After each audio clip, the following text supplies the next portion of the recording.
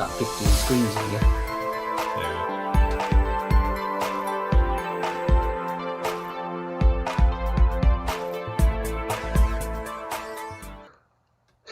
Hello, and apologies for the adverts. I don't know why they were on there. I must have clicked something by mistake, and there's no way of turning it off once you've got it set up. So there you go. I've probably earned like 3.5p. Woo!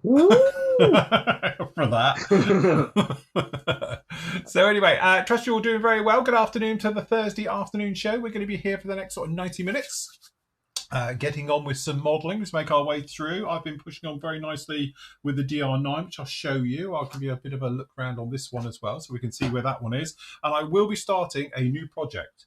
So after a little bit of chat with Matt and all the rest of it, we've decided that we're going to go for the Hurricane Mark 1 because it looks a really nice kit. It's quite, straightforward, let's face it. It's not a biggie. So we're going to show really, hopefully today, getting it together. Then we can get it into paint and various things, hopefully over the weekend as well. So Saturday morning, I'll be working back on this one whilst I wait for me fibre fill to turn up for making this thing play when it's airborne as well. So yes. Have you ordered it then? I haven't yet because I still can't find the right stuff. Oh, right, okay. I found some stuff, but it's not clearly the right stuff. The one I've seen, it comes in a long sausage, looks like sausage meat, and you sort of pull it out and it comes out not in any lumps at all. And that's the stuff we want. We don't want the stuff that looks like cotton wool. It's really compressed fibre fill. So there's a specific type we're after. I just don't know what it is. Now I've got a thing that's popped up my screen that says, now would be a good time to put an advert in. Right, go for it. Well, every 20 seconds. Yeah, every 3 minutes. Right, advert time. I say, well, please don't, or I'm going. No, trust me, everyone, I won't do it. I hate adverts like everybody else. So hold on. I've got a delivery. Can you hold the fort a minute? I can hold the fort. You go, I will hold the fort. So anyway, trust you're all doing very well. So whilst Matt is off, what I'll do is I'll show you what I've been doing with the dozer first, because I'll get it out of the way, because to be honest, it is a little bit of a fragile, shall we say. So as you can see, weathering has gone on to this one. So members and non-members alike will be able to see how I've done this weathering as you sit it right here. And then obviously a little bit later on, there will be full videos and everything coming out. But I have done a cut down video on this one. So we've changed out the armour glass now. It did have a flat coat. We've changed out the armour glass. And now we are in just like this. So again, we've got that nice blue glass in there now. It's got a couple of decals. All three of them are on it. So that makes me happy. Matt will love it. And then, as you can see over on here, we've got some of that chipping coming through. So again, this is the darkest it's going to get. This has had all the dark washes on. Oh, hello, Matt's back. Has got all the dark washes on. Apologies. And then what we're going to be doing is going in with lighter washes. So we'll be coming along next with light earth colours and then into dusts and things like that, dry brushing to really lighten it up. So at the moment, it's got all the shadows on. It looks a little bit too dark, unless it really has been going through houses. But yeah, really, really nice. Anyway, I'll show you a new technique on this one. So this is about how to get the wash to look like this. So it's just the normal Flory Models wash onto this. And then instead of wiping it off with a damp tissue or cloth or something, we basically water brush it off. So you just come along with cold water, nice ice cold water, give it a rub and rinse, and you end up with something looking like this. That way you don't have to worry about getting in amongst all these details, because say you've got latches and hatches, you'd never be able to get the wash off. So again, we wanted it quite gnarly and sort of dirty. So all the grills and that have got dark washing as well to give those a nice effect. Dozer blade is ready for weathering. So this has got a thick wash over the top of it at the moment. And what we're going to do is scrape through that down to the metal colour underneath, which will show through as well. And we'll bring back some of the chip-ins and bits and pieces. But you can see it's coming along very nicely as well. So we're happy with that. So that's what I've been working on basically this morning, getting this all sorted. I've checked out, make sure the armour is all going to fit for the grills. It does. Oh, I've put all the hoses on the back. They're fun. So all the hoses are on the back here as well. Look at the tracks coming off. So they are all fitted in situ and it's all plumbed in as well. So yeah, no, we're all doing all right. Actually, it's coming along very, very nicely. So that's looking very good down in there. Obviously, last time you saw us, we finished off. We have got a small problem with our windscreen. We've got a little fuzzy mark right in the middle. And again, we've got one here. But again, if you catch it in different lights, you can't really see it.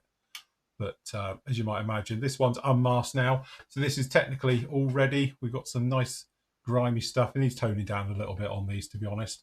And I will be fine with those. So we get those all cleaned up and add a little bit more weathering down the back to it. And then obviously we're going to drill a hole. We're going to get it onto a stand, fibre fill as if it's doing a water drop. So yeah, coming along very nicely with that one. So that one's doing well just down in there.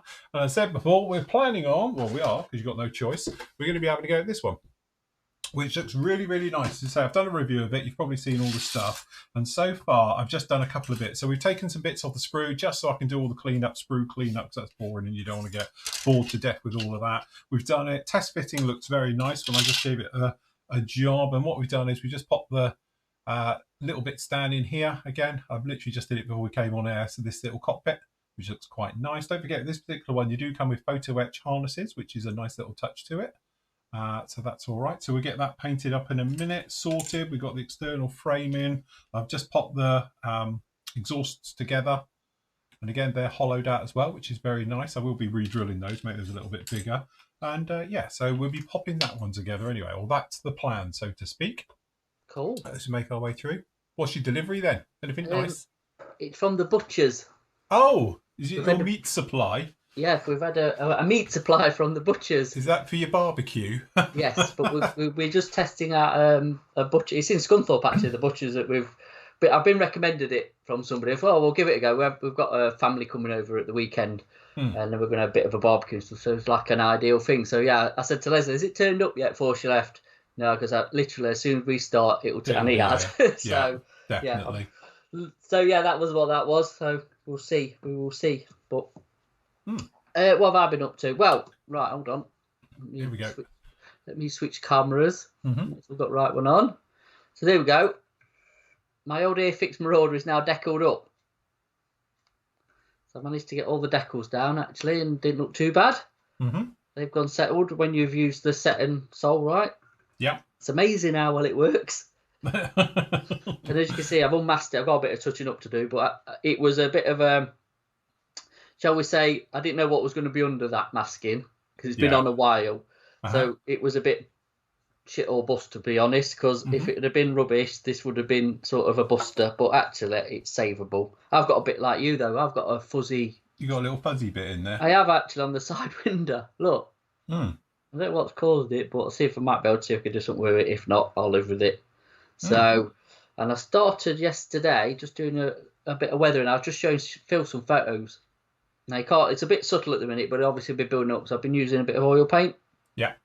Just to do a bit of fading and different bits and bobs of texturing and stuff. So probably, I'm not carrying on this today. I've kind of decided what I'm going to do on a Tuesday, Thursday. I'm going to have two projects going. Thursdays is going to be aircraft day, and Tuesdays is going to be armour day. So I'll show you what I'll be working on in a minute. But yeah, actually, I don't think this will be too bad. Just a bit of a filler in, shall we say. Well, I must admit, it's a long-term project. She's coming together very nicely now. Yeah, I mean, it's like I was talking to Nathan and Andy last night on Skype. I said I've invested far too much time in this, to be honest, for what I wanted. But I've kind of enjoyed it as well. It's been a nice challenge to say just it's an older kit, just to see how it would come out, really. So, yes, so that's on the go. And then I've rescued this because at the minute, I think we was talking the other day, I'm obsessed with P40s at the minute. So this is the old Trumpy one I built many moons ago. I can't even remember, probably when I was first couple of years I was a member on the forum. But I want to later kitty up. That's the plan, because this is a B, this is a Tomahawk, and I want to build a kitty up. But it's in the desert scheme of the RAF, which is just the best scheme ever in it. Let's be honest. Yeah. The blue underneath and all the weathering you can do, and obviously the shark's mouth. So I've got one I'm watching, a proper kitty hawk that I'm going to probably have a bit of a bid on. But in the meantime, because I've got this P40 thing in my head, I was sent by one of our members, was we not? Quite a few kits from the States. Yes. And I've got, one of them was this. I spotted this and asked, because it's the old mauve P40, which is a fantastic kit, actually. It's a really nice kit for how old it is. And from what I can gather, these moulds now are owned by Academy. I'll have to double check on that, but from what I've read somewhere, it's the old mauve moulds. So I'm planning on building, not the one out of the box. I was looking at a different set of decals, to be honest, but it's all recessed. There's only three sprues, so it's going to be a quickish build to put together. So we're not going to have a load of build time, but I was looking on Tinterweb for some inspirational pictures, and this is my new pastime now. Yes.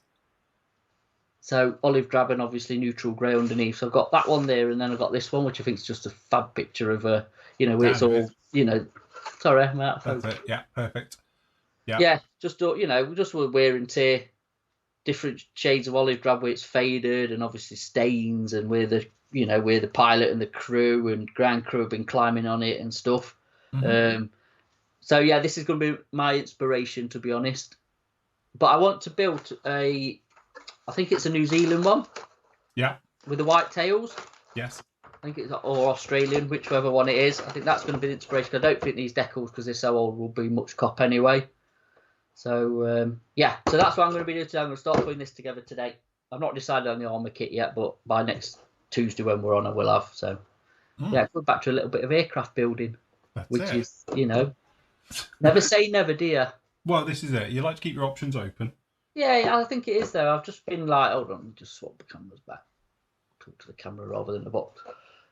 It's that thing of finding inspiration, because I found a load of really cool photos and marauders that I will show you in at the B26s, and I was just sharing the screen with you. Some of them are off the old Life magazine, some of them have been recoloured. But again, it just gives you that sort of inspiration of how they weathered, how they look, different theatres they were in. Yeah. And that's what that's what's just sparked my imagination. And obviously, with like I say, we're P40. We was having this conversation, weren't we, about what we could build and what kind of we're not bothered about. So yes. Shall we share this conversation? We can do, because I think it's quite interesting. Yeah, I do, to be honest. I think it's a good conversation. So me and Matt were discussing about, obviously just this is purely aircraft, of like World War II aircraft. Yeah. And I said it originally, I said I've never been a fan of the Spitfire. Wait for it, and I get hate come through. Because again, but that's pretty much because I prefer the ground attack type aircraft. So I like the Hurricane. P40s are just brilliant, purely because, again, that harks back to my kid days. And having shark mouth on an aircraft, as I thought, that's what I think got me into modelling in the very first place. But also, I'm a big fan of obviously the P47 Thunderbolt, because again, they look beaten up and kicked in, and they do the job very well. And obviously, I like things, to be sort of ground attack. So I like my Tempests, for instance, for ground attack aircraft, because of them in invasion stripes just looks really, really cool. So I'm not massively a fan, if I'm honest, of, like we were saying, Spitfires, Mustangs, 109s. Because even I quite like the FW190s, because I've done a couple, and you can beat them up quite a bit as well, because they like quite good in with bombs and rockets and various things on them. Rather than I prefer, I suppose, the ground attack aircraft to the glamorous fighters, the shiny slinky ones, if you like. So yes. Yeah, me and you are pretty much on the same page. Again, I'm not overly excited about the heavy bombers, but the medium bombers. Especially the US, I like the B-25, the Marauders, the A-20s, the Invaders, the P-61s, that sort of thing. Yeah, I can get into that. I quite like them, but you go up to the heavies, I'm not so fussed. No. And I think I'm with you. Like a P-51's never done out for me. The only one I probably like is the old bubble canopy one. Yes. Yeah. The earlier one, I think. But fantastic aircraft, fantastic design and everything, but it just don't float my boat. No, I think you can do more interesting things, can't you, with the others? I think so. Yeah, I do. Yeah, any vehicle or any sort of aircraft that doing a lot of sorties is going to get wear and tear. It's part of when they're in combat at the time. And like I say, I've been looking for photos of different aircraft. Some, like I say, colorized, some original color, I suppose, for what it was back in the day.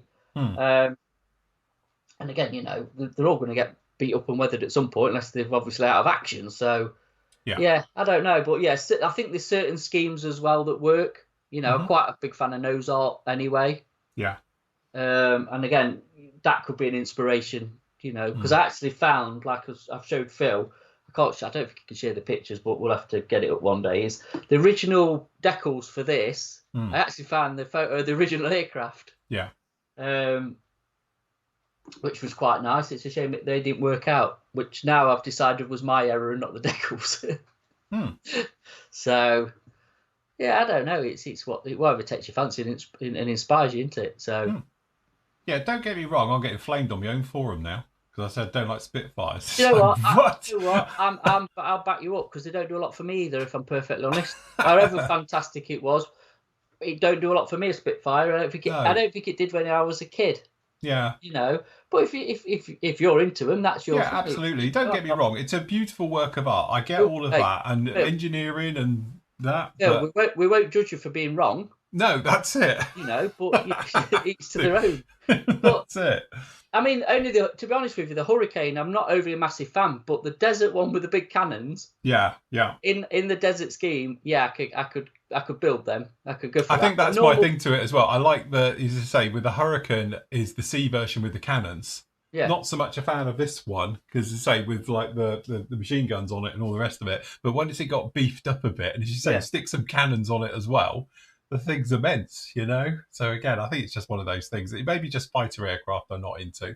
I prefer the more ground attack stuff. It is, isn't it? I mean, you can figure like the guys on the chat. It is a beautiful aircraft. Nobody's ever going to deny Spitfire's not a beautiful aircraft, but you know, for my own personal modelling and whatever, it's not a subject that gets me going. Yeah, you know what I mean. And I don't know if because there's so many of them about, and you just get a bit blasé because it's another Spitfire and that thing. I don't know, because you can say about 109s and Mustangs and all the usual suspects, I think. But you know, but like I said, I never say never, because there might be one photo that I come across of whatever subject and go, blimey, that looks really cool. I need to build that. You don't know, do you? No, that's it. Like I say, it's quite a thing for me to go back to aircraft, to be honest, because I've really gone armour and all that side of it. So it's just an itch with a P40 I need to scratch. Yes. And this is going to be the ideal platform for me to do it. So, yeah. It's all right, everyone's letting me off now. Looks like we're okay now. Each to your own. Nigel's backing me up. Are you back in good books? I'm back in the good books now. But yeah, as you say, I think it's one of those things. Say, if you're thinking Battle of Britain, obviously that was more of a you know, an air-to-air war, shall we say, rather than air-to-ground. But as you say, as soon as you start moving into 1944 onwards, I think so. Matt was showing me a load of photos. I don't think we can show them online. We'll get done for copyright. But he was showing me some pictures earlier, and the wear and tear. And to be honest, it looks like they're living in a ploughed field. The amount of mud and crap that's over the light bombers. It's like, mad, you know, isn't it? Yeah. Welcome to England, clearly. It is, yeah. Or northern France on a wet and whatever thingy in winter of '44, basically. They're hammered. They are, I mean, like hammered. Some of the pictures on there, aren't they? They are. But for a weathering point of view and a painting point of view and a subject matter, they're absolutely inspirational, because you can't really overdo it. No, and that's the point. No, I know it sounds not at all. But you'd struggle to overdo it. So again, looking at some of those photos, if somebody made a model with that amount of mud on it, you'd be like, that's a bit overdone. Yeah. And then you got that photo you showed me. It looks like it's just been dragged out of a ploughed field. Yeah. You know, and so they were really, really muddy, absolutely caked. So, Jim, that P40 is the trumpeter kit, isn't it, Matt? That one in front of you. This is the old trumpeter. 48B Tomahawk. Yeah. It weren't the easiest of builds, if I remember. Like I say, it's a good few years ago that it was built. I think I decided to put a bit of a cockpit in it. It's got harnesses and something else, I think. I can't remember. Not terrible. I don't know if, to be honest, the Airfix one would be a better option now for an early one. Yeah. But the thing is, with this version, I don't like the nose. No. I'm not overly fussed on the cowling, you know, with the guns in it and whatever. I prefer the later one, which we was on about. So yeah.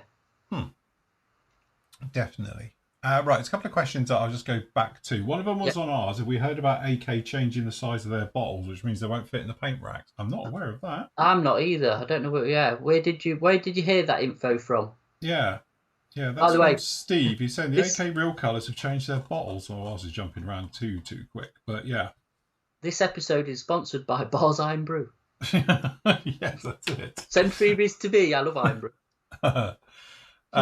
So yeah, I must admit I haven't heard about that. Why would they want to change it? That's my point. What are they going to do? Make them bigger? If they don't fit in the racks anymore, you could do what I've just done. If you were on about these paint racks we used to sell back in the day, you can take out the holes, the one with the holes, take that bit out, still as strong, and just have them loose. Because that's what I do now. Because to be honest, you can get more in a rack. I think you get 2 more bottles per shelf if it's not like that. Yeah, I've got none of the holders on it, so yeah. I've taken all the holders off of all my racks, so that way you put in what you like then. Yeah. So, yeah. Hey, if they're making them bigger, does that mean we get more paint for our money? Yeah, I doubt it. I doubt that indeed. The other question just was then about was it was about the Apache color. Phil, what color?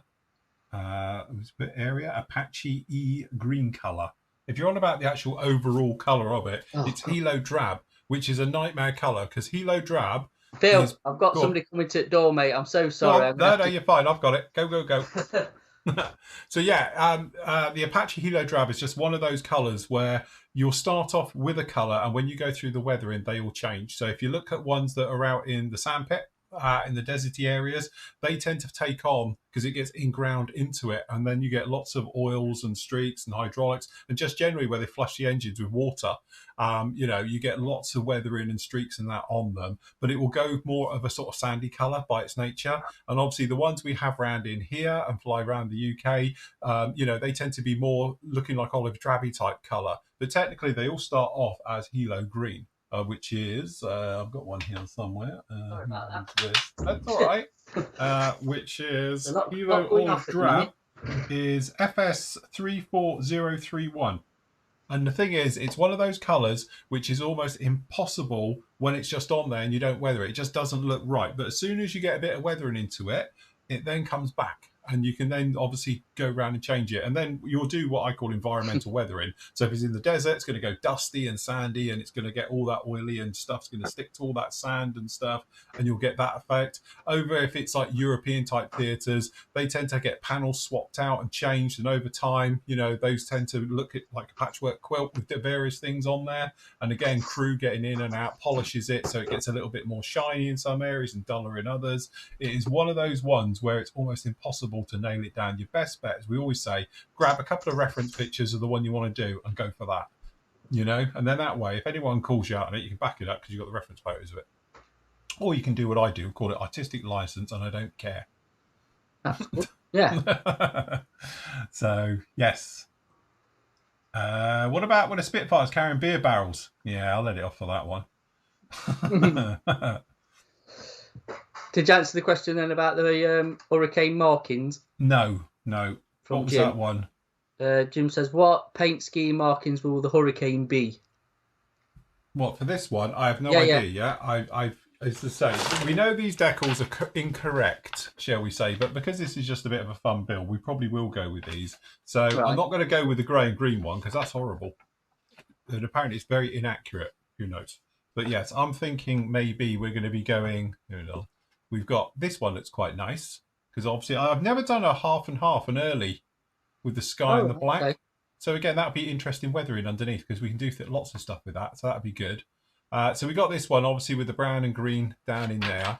And then we've got the other brown and greens. This one's the only slightly different one because obviously it's got it slightly over here instead of being half and half, which will be a lot easier to do because you won't have to mask around the intake. But I think it'll look better the other ways. So I am... Go on. Dwarf down the side. Dwarf.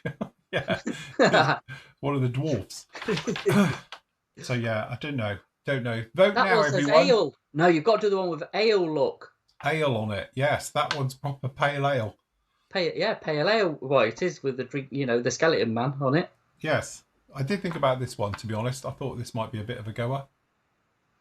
So, but I appreciate the numbering should be in sky, not in white. And they've done it in white on here.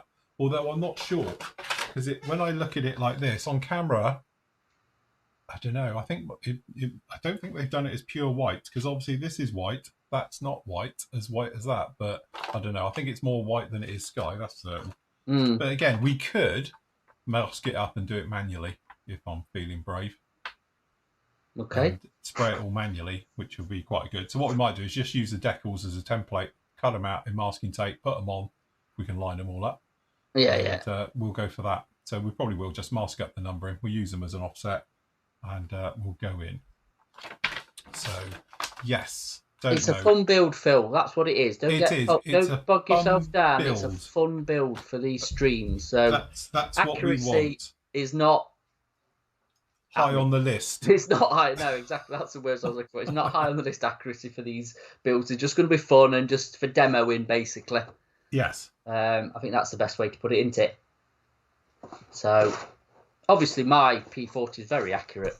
Well, highly accurate. Yes. You know, most accurate in scale. Not. Yes. I don't know how accurate this is actually. I don't think it's that bad, is it? To be honest, accuracy-wise, I think it's one of the best ones out there, or so I'm led to believe, with what people told me. It's supposed to be really, really good. So actually, the decals don't look that bad, look, for our own. Actually, really nice, yeah. I'm just not very inspired. Who made the decals? Has it got a manufacturer for the decals? No. Mauve. Just says Mauve. I'm just not inspired by the big chicken. Yes. That's quite a famous aircraft, though, so I think that's why that's on there, isn't it? Ah, yeah, that's one. Yeah, no, I'm just I can't read Japanese, so I don't know. Look, 502 something. Is that the one? Right. Okay. Is that it? I don't know. We like I say, possibly. My Japanese is a bit rusty, to say the least. Does any paint manufacturer make a nightshade of black used by the RAF? Well, I think you'll find it was just black. Yeah, but it would have faded and weathered. Yes. Massively. Like massively, wouldn't it? Yes. You know, a couple of sorties and maintenance, and it would have gone grey. I would have said. So, yeah. So, which one's Barda's aircraft? They're all saying do Barda's one. Which one was his then? Was he, because he wasn't, that's the US markings, isn't it, for the Eagle Squadron, is Dorf. It's a Czech one. So did he have the one with the skeleton then? Could have been. Has he got a picture of someone with no legs on the side? Because the guys are saying you have to cut his legs off. Well, technically he had tin legs, didn't he? So he could reach the pedals still. Apparently.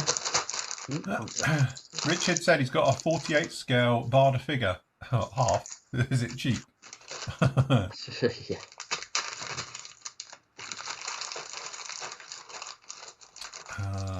Matt, watch out for the wing joints. Apparently they're a bit of a pig. Nigel, what, on this? On yours? Yeah. No.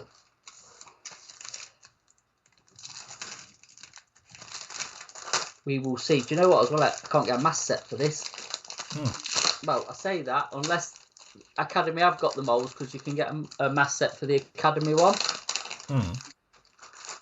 But I think even I might be able to manage to. Hobby types, but Douglas Bladders. Slack bladder in it. That would be a good one. He says, damn spell check. It's better the first way. Bloody hell, there, Finn.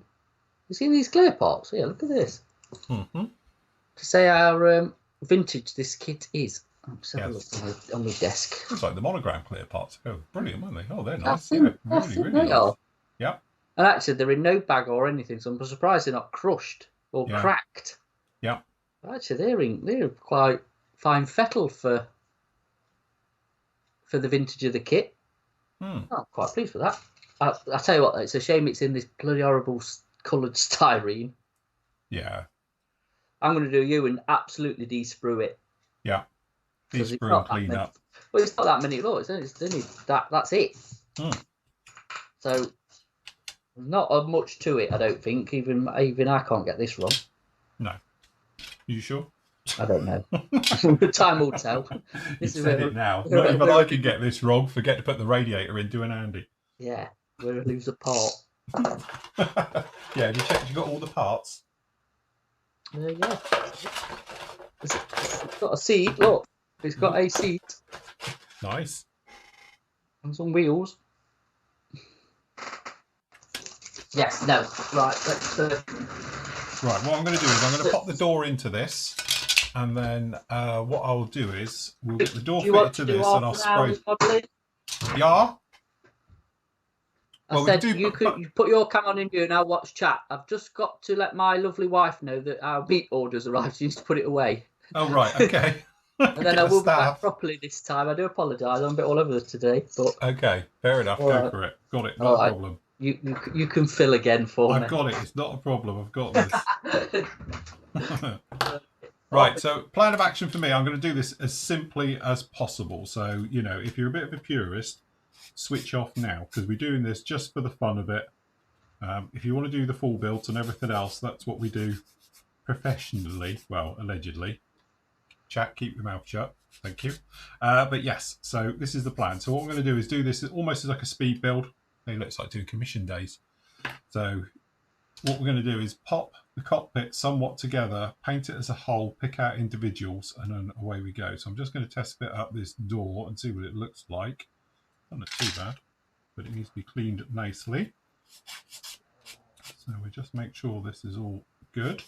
And then we'll get this glued in place so I can literally do get it in the spray booth and get the interior green all done. what interior green are you using? I'm going to bodge it again, as I've been doing for ages. I still haven't got the correct colour, as we know. So I've done my thing of a bit of XF71 and added a bit of green to it. So we're just going to pop this down in here. Whoa, that's way too much glue. Little touch around, get that in a bit. Not the nicest fit, if we're honest, but I think by the time we get a little bit going, we can do that. And we'll just come in from the inside and flood that around a bit, so it will be. And once that's got a bit of a bite, we'll push it slightly outwards, just so it sits nicer.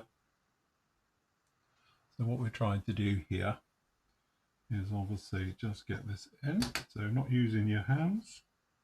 There we go. That's a lot nicer fit. Otherwise it goes too far in. So that will weld in. We can just spray that all green then, and we can do everywhere in here. So the other thing as well, just thinking ahead, because I've built a few Hurricanes in my time, we'll just do the floor. So I'm just looking at how this goes. So there's no wing spar or anything. So we've got the leading edge here. This will become the back of the wheel well. So that can go in, and obviously we can do that in green. But you won't see any of this whatsoever, so don't worry about it. The door's gone on, but obviously you will, if you've got a microscope and a searchlight, you will be able to see the top of the actual wheel well through the floor. So we'll do that green as well.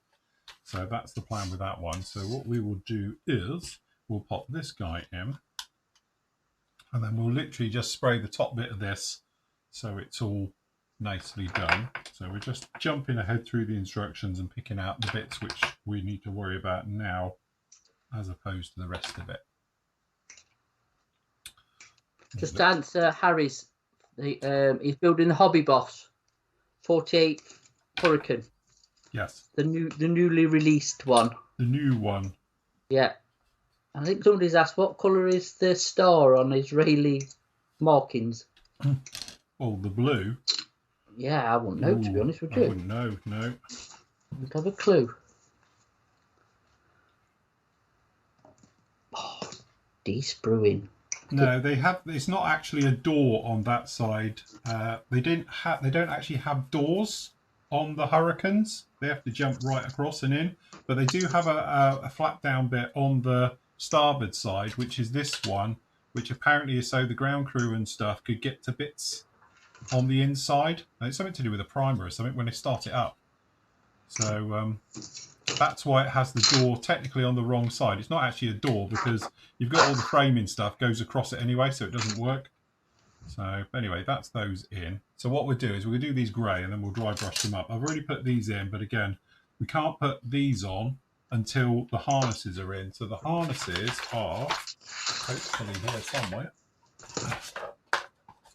So again, nice with the Hobby Boss kits. Not only do you get mask set with it these days, you do get a little tiny bit of photo etch for the harnesses as well. So again, what we're going to do is we'll just paint all of this, and then we'll give it a quick dry brush. And then when we come in a little bit later, again, being a speed build, we do all of this green, dry brush it, gets a wash, and then we'll wash over this at the same time just to give it a little bit of depth. But again, I'm not a fan of photo etch or this type of stuff anyway. I find it a little bit too thick. But again, if you want to see about how I do other harnesses and stuff in tinfoil and those types of things, which are far more realistic, because they bend and conform a lot better. There's a separate video in the tutorials area all about doing that. So yes, so I'm very hopeful my other camera is fired up in the said spray booth. And in the said spray booth, you'll all be very happy to hear. Hopefully there's an SD card in that, which there is. Thank God. But look what I did yesterday. I got all my bestest pointy brushes. Look. Oh my I've got God. proper points on all of these, and I've given them a nice bath in a little bit of magic potion. Yeah. And they've been sat there overnight, and they've all got points. Look, hold on, let me come over to this camera. Look at that. Pointy brushes. Blimey. So this is my best brushes. And they've got pointy ends. So that's a new thing for me. I need those little Covers. plastic things that go over them, yeah. Yeah, you got none? No. Why? No, because I've lost them all. Because you know me, I'm not exactly brilliant with brushes. No, you're not. You're fine. Yeah. So yes, I just did my usual, and yeah. Yeah. Not worried about them. I do a bit of painting on the sprue. Oh my lord, don't do that. Hold on, Why? we'll do twin side for a minute, and then because I'm going to be in the spray booth. Yeah, Just no, do that's this a fine. little green. No, Right. You're a bit further ahead than me, you see, so you've got something interesting to show. Oh right, okay. So, like I say, I'm just de-spruing and stuff at the minute. I'm not even like constructing, so we might as well, you know, talk us through what you're doing, and I'll, like I say, watch the chat and chat out any questions for the time being. Cool, no problem. So what I've got here is a little bit of Tamiya's XF71, which is technically these days the wrong colour, because if you see it like that, hopefully you can see, this is the colour we want. This is what Tamiya's is. So what I do is I've just added previously, when I didn't have any of the right colour either, a little bit of green just down into this, just to darken it up a bit, and you can see the original compared to now. So that's closer to what we want. But again, I'm not worried about it, because by the time this has had some weathering onto this, it's going to look nothing like it anyway. So hopefully my airbrush will spring to life and not be jammed up, which it is. Hold on. So we're just going to slip the needle. So by slipping the needle, sometimes you can actually have it where the needle gets stuck on the seal, the master seal that comes back.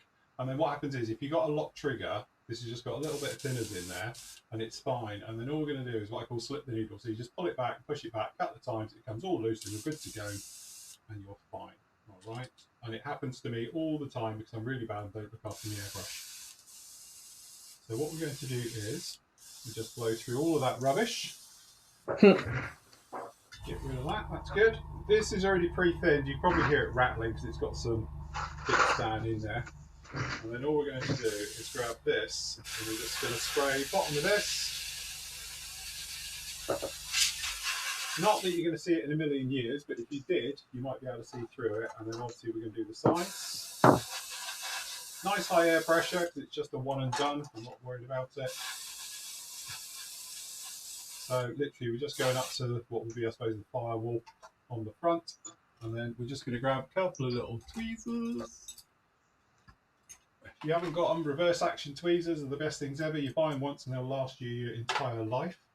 But they're definitely worth it. Very true, that. So we're just going to grab this little guy here. All right. And then we'll just first coat all the angles up and down, just so you don't get any shadows and various things, the armoured bit of glass behind him. Again, it's on this scale, it's not, you know, you're not going to see much anyway, so we just got that little guy there. And then what we can do is... Blimey, how you doing, Andy Shout? That's a long time no see. He's in a YouTube chat. Blimey. Nice. Yeah, nice to see you around. There we go, and we just do these. Quick. These down, again. Different angle. How much of this you actually see, I have no idea, to be honest. All of it. Yeah. Having spent a fortune doing a 24 scale Hurricane, I couldn't see a single thing inside either. When we did the big one last year, was it last year? Yeah, it was, yeah. I know. Doesn't time fly? Right, 2 coats of that. There we go. Good job. Nothing exciting or happy. All right, so that's those. So then what we can do is we just move it back here, and we can just stick these here just to dry off a second. These. Again, when you move into the smaller scales like this, you don't really see a great deal. So again, I am a modeler, which, right or wrong, but I do what you can see, not the whole thing, you know? So... Well, it's a bit pointless though, isn't it? Yeah. Look, I did the rudder pedals, at least I did that bit. Did you? I did, I put them in. You never do rudder pedals. I know, normally I must admit I don't. So, yes. Right, let's put the lids on for a change so I don't come off there and then go and have me dinner and realise I've got the lids off of everything. Okay, so other thing to think about on this one, we've got the actual instrument panel is just a clear. Again, so in somebody's infinite wisdom, they've done decals for it, which come along like said this. But the trouble is, these are actually solid all the way through. So what I'm going to do in my infinite wisdom, just to show you, I'm going to drill out through the clear parts where the actual decal is. So we can spray this black. We can stick this to the back. You won't probably see any of it anyway, but that way it gives it that effect. You can put a little bit of PVA glue on each one. But, you know, this hasn't got enough edge or resistance on this, I don't think, to actually scrape clean each dial to show it, if that makes sense. So, you know, what, you've got other options. You can just paint this black, dry brush it, and away you go. You could just, you know, paint it black and then stick the decal on top of it. But then you've got so much carrier film in there, I don't think it's going to look nice anyway. The decals themselves aren't of higher quality to actually look like they're anything they're supposed to. It's just a representation. So again, you've got different options on how you want to go. If you wanted to, I would suggest, if you get these, and these were good, sticking them to this bit here, to a piece of clear plastic card, on white preferably, because it will show through. Drill out all the holes, paint this black, and then stick the decal to the plastic card, and then the plastic card to the back of the clear part, which you've now painted black. That way it will show it through. But again, we are not going to see anything down in here. So what I'm going to do is I'm going to do this black, dry brush it, and then that way we can pick out some details if you want to do with things like poster pens or a very fine pointy brush and those types of things as well. So again, it's personal choice on whichever way you want to do it at the end of the day. As I say, I'm just doing this for the quickest effect right the way over, because all I do is do this black, dry brush everything down on here, and I think we'll be really, really on a good footing there. Because again, you're not going to see this. It gets buried so deep inside the actual cockpit. So it's not like one of those aircraft where you can see it, unfortunately. So, yes. Well, it's no point doing stuff you can't see, is there? Just no. Well, you put a lot of time and effort into it. Yeah, exactly.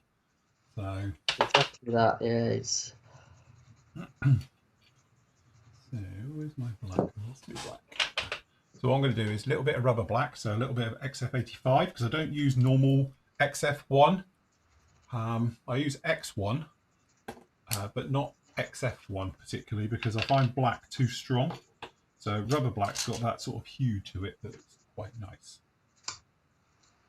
So we're just going to do this black right the way over. Okay, because it's a clear part, we do the edges as well. And you've got the little gun sight on this one. So again, how much of that you actually see? I'd be amazed if you could see anything off of that gun sight. There we go. Anyway, we'll leave that there to dry just a second. And then what we'll do is we'll pre-paint up the harnesses with a little bit of buff or something. I've got the acrylic airbrush cleaner here. Let's grab a little bit of that. Cleany, cleany. Okay, so what we'll do is we'll just do, and again, you should be priming your photo etch, but we're not worried. Right. Let's have a look what's going off.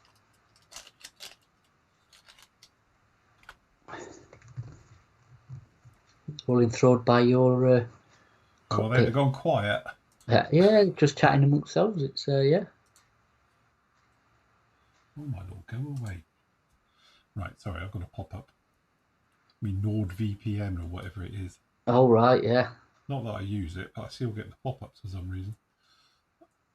I can't even get this off. Good start.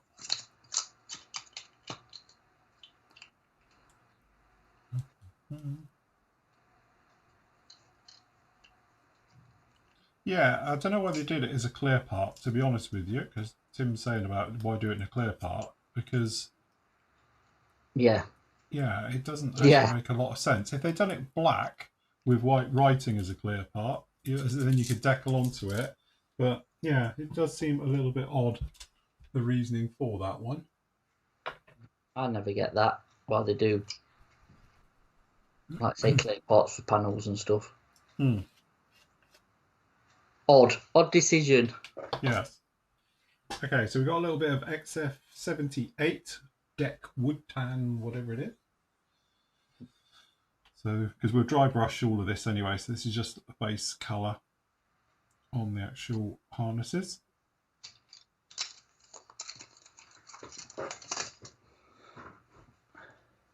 Then we can highly detail and paint. Not.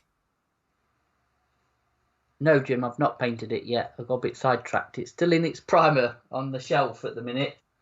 I'll probably get back onto it next week. It's been an odd week being bank holidays. It's Yeah. It just throws you a bit. You kind of lose a day, and I'm going to lose the day next week as well. So, yeah, no, I've not got around to it yet. Okay, so that's those done. So we'll let them dry. And clamp them onto something.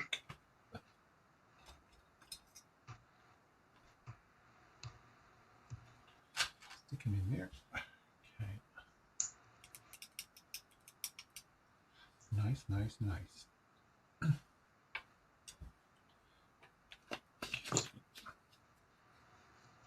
So what, you painting harnesses? So I've just painted up the harnesses. They can dry, and then what we can do is we can come along and we'll fit them onto here. But first of all, what I'm going to do is dry brush absolutely everything with a little bit of dark iron metallic. So I've got that over here from earlier, I think. Yeah. So this is 214, and it's the Buffables. So this is said brush that I've been using, to be honest, on all of my work with the dozer, and I never clean it. I don't know how much, it doesn't look like there's much on here, but you'll be surprised. So what we'll do is we will literally just give this a little bit of a rub and see what happens, see if anything comes off. And I don't think there is anything coming off. So I normally do not load up the brush at all. And I haven't got much in here, so we're just going to take a bit of that and we're just going to mix it in here. All right, so there's hardly anything whatsoever on the brush because this is literally the most, sparing part of it all. Then if we just grab a square of this, and we just dry brush that off. So again, looks nice and black, and as we go at it, it will then show through. So it will look dark, but it will have a reflective look to it. All right, so again, when we come in here, straight off, you can see it. If I just grab the camera a minute, it goes quite dark, and you have that sort of look. So again, that's all we're doing. It's like a highlighting of it, but it will look quite metally as well. Again, this is still a little bit wet in here for doing this, but there, and then again around this guy. So again, it will have got the armored plate behind the pilot's head, so we can do that.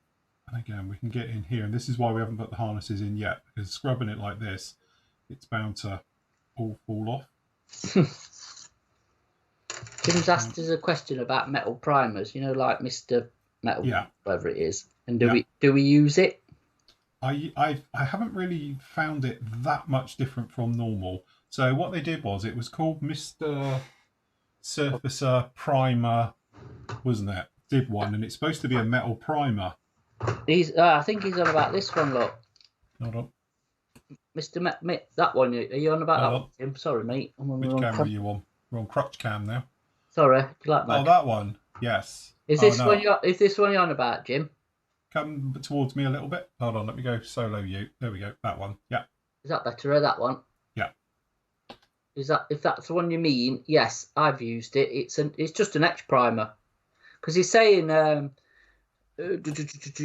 use for prep on photo etch for painting, and must be doing something wrong because the paint still doesn't adhere. I'll tell you what to do with etch parts for good adhesion, because you've got to think how smooth they are.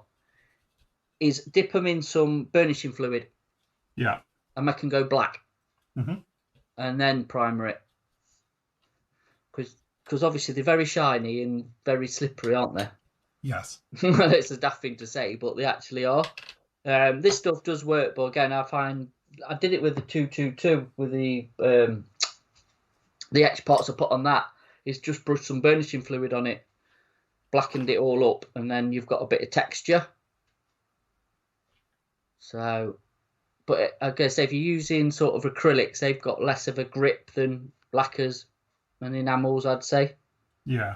Yeah, So, I would agree. You know, this stuff's brilliant for barrels. If you've got aluminium barrels and stuff, but again, I would always just take a sanding sponge or a fine sanding stick and just key it up.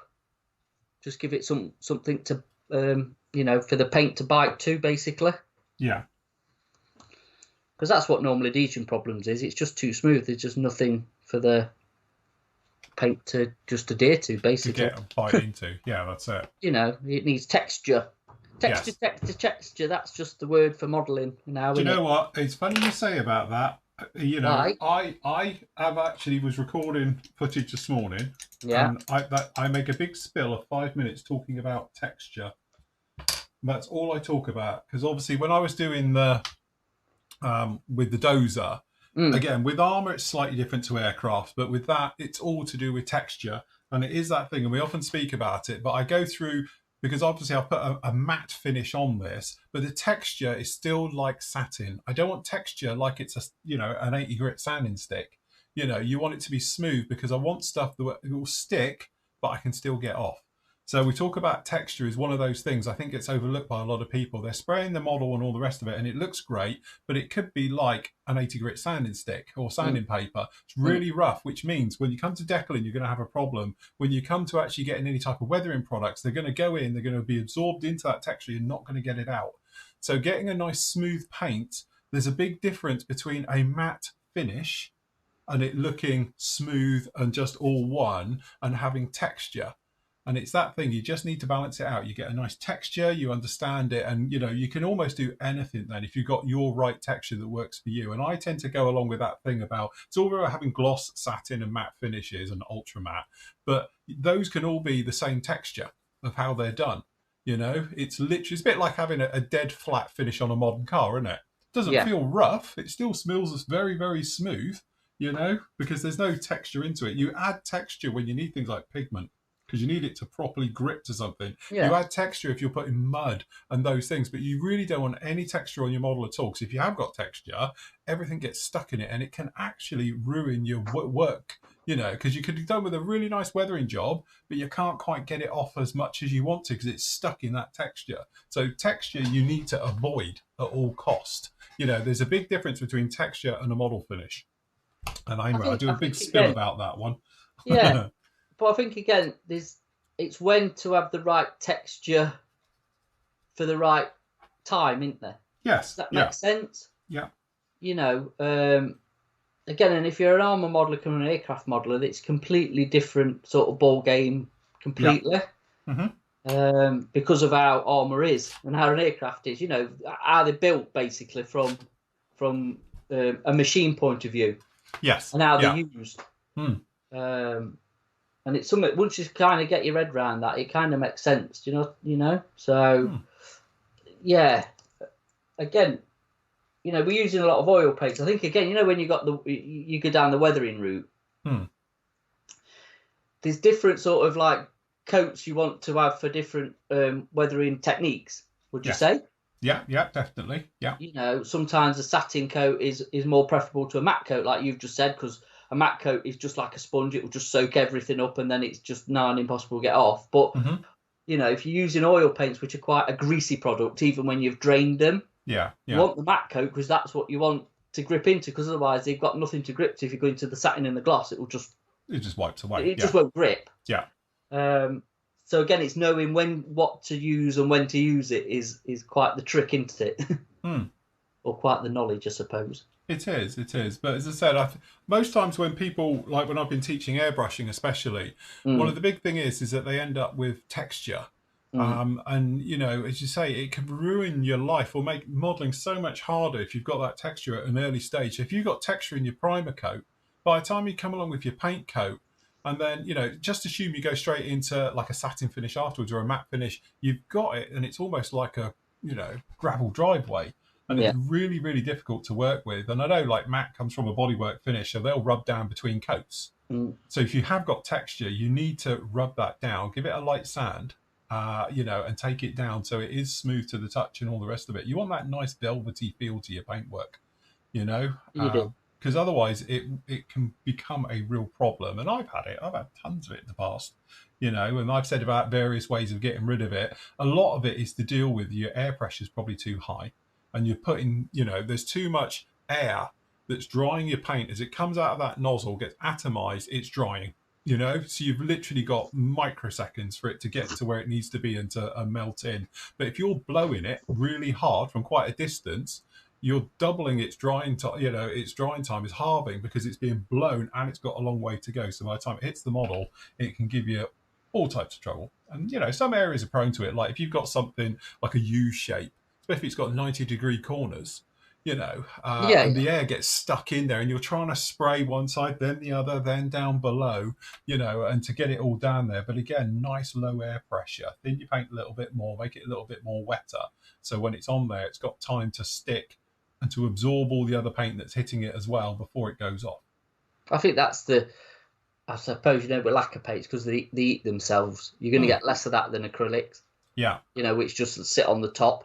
But again, that's just the nature of what paint you're using, and again, different paint manufacturers you're going down that road again, or that sort of that chat of have got their own quirks. Yeah. So it's chopping and changing, unless you're pretty experienced, I suppose, is probably going to cause you problems down the line because you don't know that sort of paint system.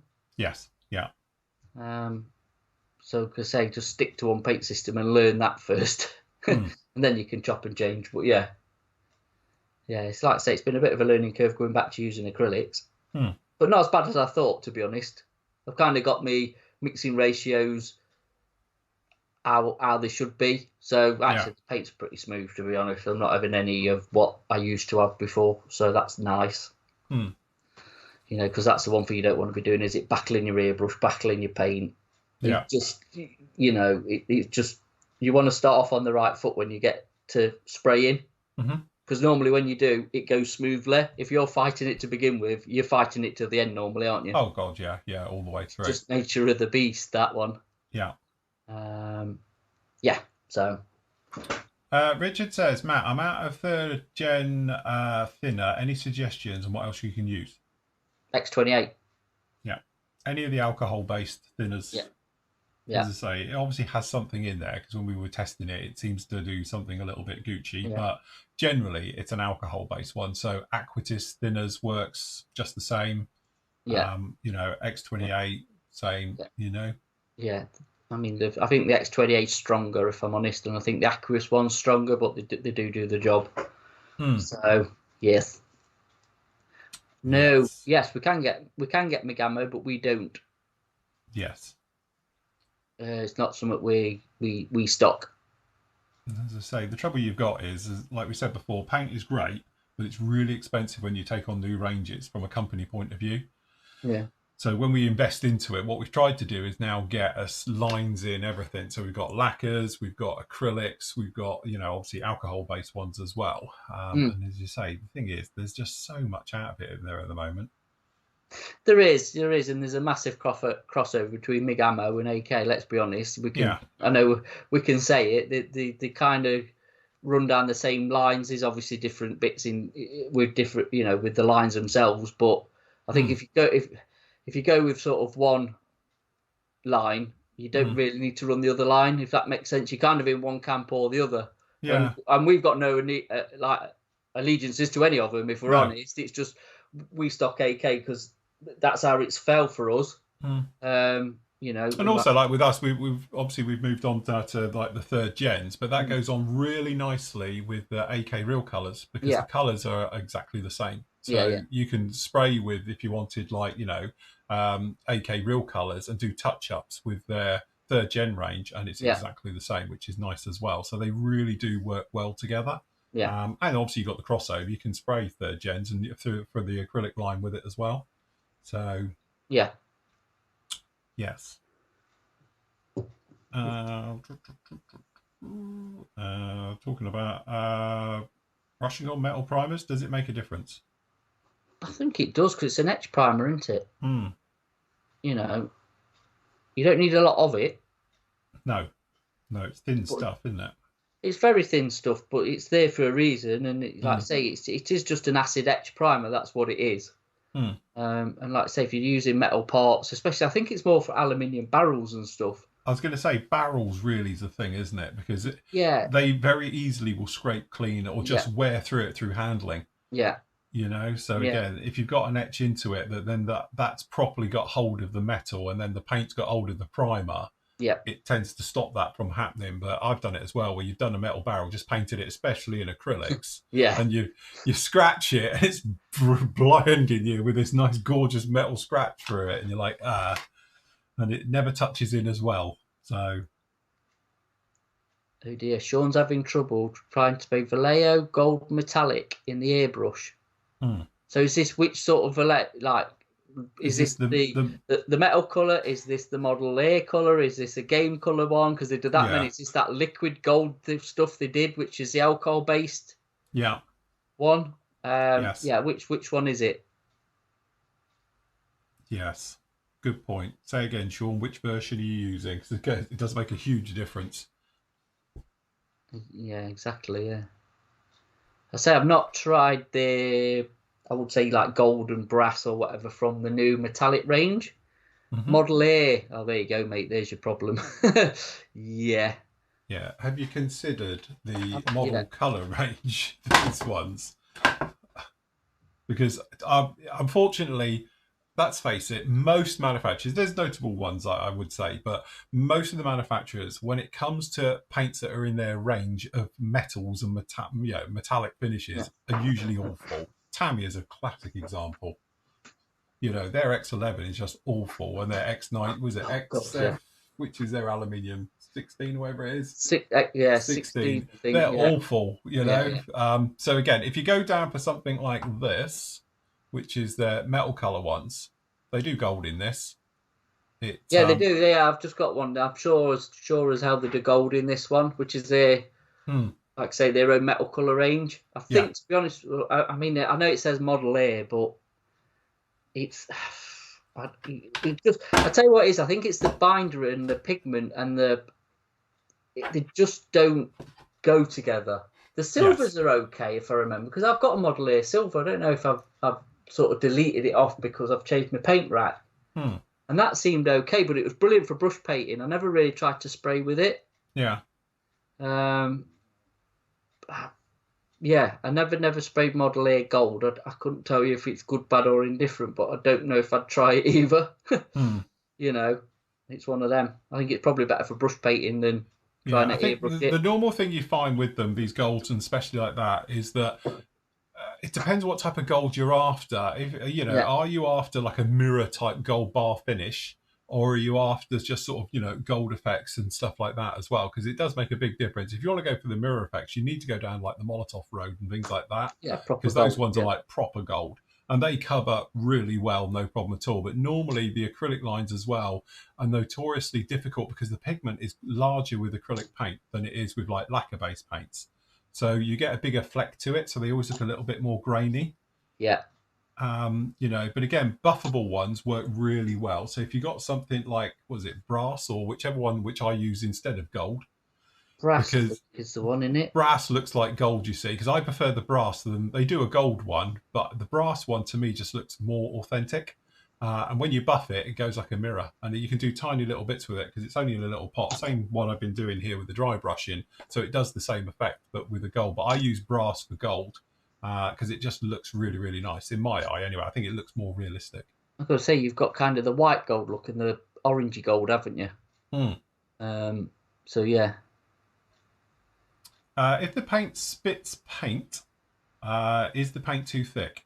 Yes, in a Yes. nutshell. So again, I've done videos on this. Have a look at the tutorial ones. You can see me doing really bad diagrams of bits of paper showing what's happening because I'm not very good at IT. If I would have groovy graphics if I could, but I can't. But no, so what's happening is basically the paint travels down the needle, it gets to the end of the needle, and then what happens is because the airflow is coming around it, it atomizes the paint. So what happens is if the airflow cannot atomize the paint, it just spits it out. And normally you can hear it struggle as well. You say when you pull the trigger, you can hear the air pressure lower because it's physically having trouble. Sometimes you hear cracking and spitting and things like that with it as well. So, you know, first point of call is usually just crank your air pressure up a little bit if you can. But if you're finding that it's still happening, then yeah, you definitely need to thin it. And normally when you thin the paint, you won't have to change your air pressure anyway because it's thinned it. It makes it easier to travel down the needle to the nozzle and gets atomized, you know, and stuff like that. Alfonso question's an interesting one. Have you considered producing a compatible or alternative table for paints, thinners, etc.? This would come handy when certain irons are out of stock at PM. The problem you've got there is we're opening ourselves up then. Yeah. To go in. Oh, well, you said that works and it don't. Yeah. And I ain't going down that road. No. You know, No. I can see where you're coming from, but if you look at it from our point of view, it's going to open an absolute hornet's nest then when it doesn't go right for people and you go, well, you said that would work. Yeah. Yeah. You know, because there's that many variables in thinning paint, how you thin it, what pressures and all stuff like that. It's just, it's one of them you have to figure out for yourself. We can say, well, that will work, but we're not going to be responsible for it. If that makes sense. We often say, you know, like the members will know, people say to us about it all the time when we do the other shows. And like we often said, your best bet is test it. Get yourself a little pot, put a drop in, you know, half a brush full and mix it. See what happens. You'll know instantly if it's going to work or not. If it goes really smooth, no problem at all. But if it suddenly goes gritty, goes lumpy, then all you've done is lost a tiny, you know, 1 mil of like, you know, thinners and half a brush full. And you can tell instantly if it's going to work or not. That is your best bet. It's just to try things and see how they go. But you get, I'm not being funny, there's probably lots of other sites on there that do all these compatibility charts and all the rest of it. It's really simple. It's either going to be an acrylic, which means obviously it'll be some type of water-based one, which obviously there's lots of acrylic thinners out there. And I used to use for Vallejo, for instance, acrylic airbrush cleaner works really well with Vallejo Model Air, you know, because again, it's got a little bit of soap in there as well, which just helps it not stick to the needle, stops it sort of, you know, needle dry and stuff. So you can do things like that. But again, you can test it, you can see. And then obviously you've got enamels, pretty self-explanatory with enamels. You'll know which ones work with those quite straightforward. And then obviously you get alcohol-based, you know, and that's where it gets a little bit problematic because some alcohol-based you can use with lacquer thinners and they work fantastic. Some of them don't, and they don't like it. They tend to clump up, they get gritty, and they separate in your color cup, and things can happen. So that's when you need like a proper X20A, you know, alcohol-based one or something, as we said, compatibility-wise. Third gen thinner seems to be an alcohol-based one. And then obviously you've got something like technically lacquers, which tend to thin anything if you over thin it. And we were saying there's a risk to over thinning it the other day. That yes, you can get an acrylic paint, you can put a couple of drops of alcoholic lacquer thinners in it, and it will turn to gum. If you add more, it will break it down. It will eventually break it down, and yes, it will be, you know, sprayable. The trouble you got then, there's probably not enough pigment and binder in that to make it work as an effective paint because it'll be too thin to be able to spray it. So again, that's why playing with it and literally get yourself a little test cup out, have a fiddle with it, and it's 2 minutes, you'll know if it's going to work. Literally, as soon as you put it in that color and you give it a little mix with your brush, you'll know. If it doesn't immediately just sort of dissolve nicely, then it's not compatible with it and you can move on. Absolutely, cool. Can't add anything to that, if I'm honest. That's a perfect explanation. Yes. So. Right, I'll watch chat for a bit because I'm waiting bits to dry. If you like, if you want to. Yeah. I'm gonna just rectify my mistake already. That's a good start, isn't it? What you done? Not looking at the instructions. Schoolboy error. I've put these 2 panels in, and you know what? I put them in the wrong place. Oh right, okay, fair enough. Yeah, look out. Let me show you my cock up already. Because that started well, didn't it? This kit's going to be step 1. Step 1. Yeah. Hold on. So that's like watching the chat and trying to model at the same time, not concentrating. So you can see these panels here, the side panels, yeah? Yeah. So it says forming and there's a little recess. Mm-hmm. Well, I didn't look at this bit. All right. Because that recess is bigger than the panel. Right. So I'm like, will it go forward or backwards? So 50-50 chance. Yeah. I'd put it backwards and it should be forwards. Look, as you can see, it's too far back now, so I'm going to have to move it forward into there. Which isn't a problem, but I've done both sides. It's not just one. Oh, right. Okay, quick. Get the extra thin in it and then... So I'm going to remelt it and move it. So while you're doing chat, I'm going to do that. So what an idiot. Yeah. How many times do we say you like read the instructions? Yes. Luckily, I've extra thinned it, so I can actually just melt it and move it, and it won't cause too much bloody damage. Like Leighton is saying here about, he was saying that when you use Vallejo metal color, it seems that it's got a finer pigment, and that's the whole point to it. I think, obviously when you've got a specific brand of paint for that job, i.e. obviously the Vallejo metal colors is all just for doing metal finishes. Yeah. They obviously use a higher quality pigment for that particular product, and it works a lot better. So from that point of view, yeah, totally agree.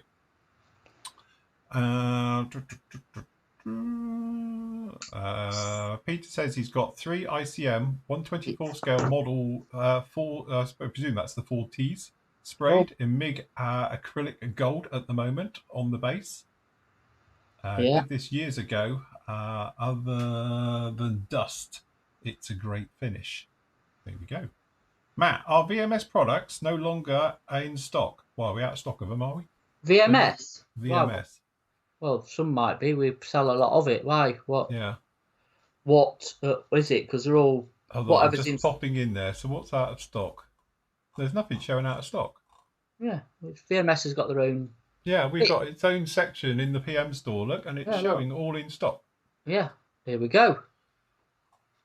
So, I don't know. Refresh your page. I don't know if we had a delivery in this week and it's got rid of some of the out of stockies. No. We entered a thing for a few weeks, to be honest. We've really stocked up on it. Okay, fair enough. Right, I'll have to do a bit of tidy up with that, but that's one side done. What an idiot. Yeah, like Darren said, if you want to play safe, always use the manufacturer's recommended thinners. That's what I'm going to preach now, from now on, because it's true. Because then you're safeguarding yourself, aren't you, from any... future mishaps, shall we say, or fighting something or whatever. Like I said before, we're quite experienced at spraying, so you kind of know when you've got a, All right. Tony says sorry, looked in the wrong place. What, somebody else's site? yeah, the MPM site. Yeah, that's it. Okay. Jim says, interesting. He's found that spraying Tamiya paints to spray very good, goes smooth and easy, durable too. Don't get me wrong. Yeah, no, the paint itself is fine. But if you were doing, that's assume you're using something like their, was it X11 silver? Yeah. And definitely things like their aluminiums and stuff. The pigment itself, you can see it looks almost gritty. It's like, what do I call it? Metal flake. Yeah, it's good. It's like metal flake. Yeah. Better. So if you're looking for something to be a little bit more natural, especially for metal finishes and that, then I would go for a more specific type thing. So if you're, to be honest, this is just my recommendations that I use. If you're into acrylics, then I like the Vallejo metal colors. I think they spray beautifully, no problem at all with them. They're very durable and they give a really nice finish. After that, I do like for my enamel / lacquer, because I can't make up their mind what they're doing, which is AK's Extreme Metals. purely because they are really, really straightforward and easy. And then, after that, some of my other favourites, clearly MRPs, their metallizer finishes, they are absolutely beautiful stuff. They go down really, really well. And then if you're thinking buffables, obviously the Mr. Metal Colour buffables or the SM range, the super metallic range They're from nice. Guns, They're they're nice. really nice, Oh, the LP though. Did you mention the LP Oh, the metallic? LPs, the Tamiya LPs, which are To be far honest, better than their other ones. Yeah. the thing is, we've chatted about metallics for God knows how Yeah. many years, and the problem you've got is the lacquer base ones or the hot product ones are far superior to any of the acrylic ones. Yeah. It's just how they are. It's they're just they're just better. They work better. The pigment's better. Everything about it is better. Right, I'll get this right in a minute. I'll read the instructions. That's it. Happiness from Dave, who sat in the car, not being dragged around Morrison's. He's watching us on his phone, clearly. Hey, good man. Absolutely. Make sure you get some Morrison sausage rolls or donuts. Yes. Greg sausage rolls, right? Freeze them when you bought them. Put them in your air fryer for 14 minutes at 180 when they've been frozen, and they are just like the day you bought them. It's like a thing I found now. Oh God, it's just Phil's tips. Phil's cooking tips for males.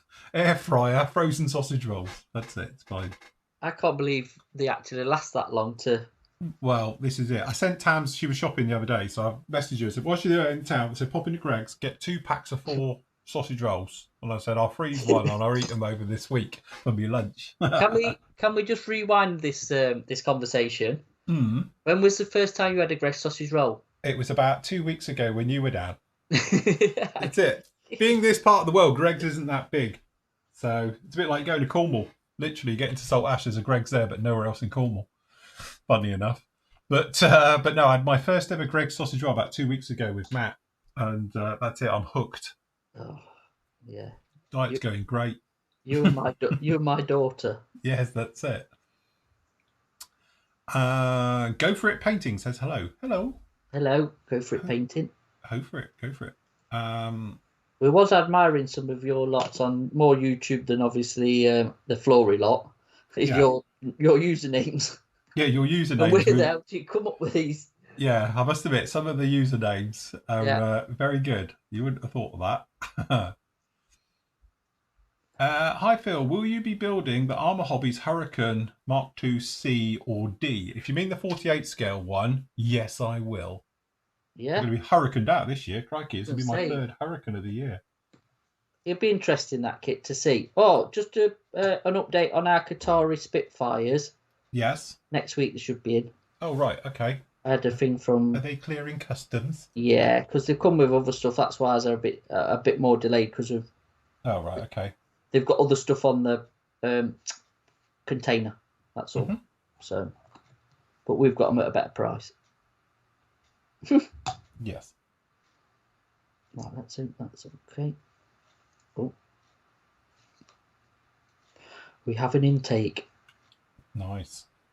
Yes, happy May the 4th, everyone. May the 4th be with you. I didn't do it this year because normally I get all my Star Wars stuff out and put my Stormtrooper suit on and everything, but no, not this year. It's lost the faith. That's it. Yes, the faith is weak. I've been so busy, I've not had a chance. Otherwise, I would have got some stuff down and all the rest of it. Joe, I did think about messaging you saying, "Do you think we ought to actually build a Bandai kit?" Because do you know what? That was the thing, because Tam said about it this morning, and I thought actually I could do one of the Bandai kits instead. But I thought this might be a bit more interesting overall. Well, you know. Oh, that's the floor then, is it? Okay, so just answering Greg. Greg says, which is the best colour for gun barrels, etc. I tell you what I tend to use is this dark iron colour with everything, purely because you can buff it to like a mirror, or you can leave it to be more dark iron colour and all the way through. Or the other ones, like aluminium, is so bright it blinds you.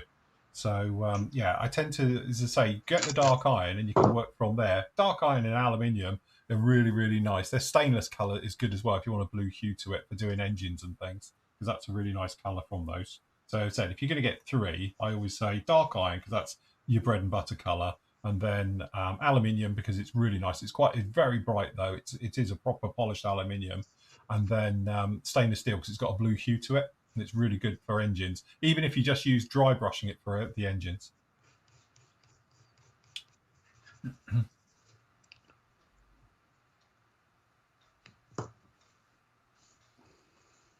Phil Jeremy, bollocks, Star Wars collection is being auctioned right now. Some silly prices. Oh, God, don't get me started on that. Crikey.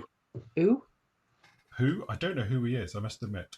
But yeah, apparently he's auctioning off his collection, and it'll probably go for absolutely ridiculous money, and they're all falling apart. I saw a Y-Wing a couple of years ago, and it was used in one of the explosion scenes where it crashes on top of the Death Star. And it's in about 90 bits, and it is absolutely falling apart and hammered. And it went for something like 27,000. Really? Yeah. Wow. It's collectible. Hmm. But what do you do? Do you repair it? No, you don't. You leave it as it is because it's screen used and all the rest of it. So that's what we tend to do with these things. Yeah, oh, Boba Fett. Was he the original Boba Fett, was he? Who was Boba Fett? Philip Jeremy Bollock. As in, what do you mean, Boba Fett? Well, the original one. Is he the original one then, Gordon? No, the original Boba Fett was the actor who played him in Thinger. That Kiwi bloke. Was it? I don't know. Do you mean actually who played Boba Fett?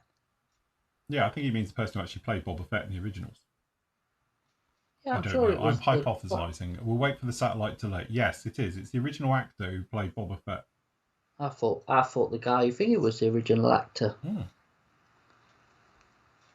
See, that's what I know about Star Wars. Nothing.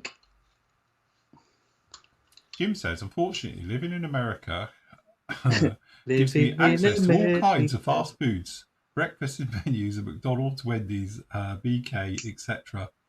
Yes, I must admit, when I'm in the States, I always have my breakfast in Wendy's. I do like their lumberjack breakfast. If they still do it, I've been over a couple of years.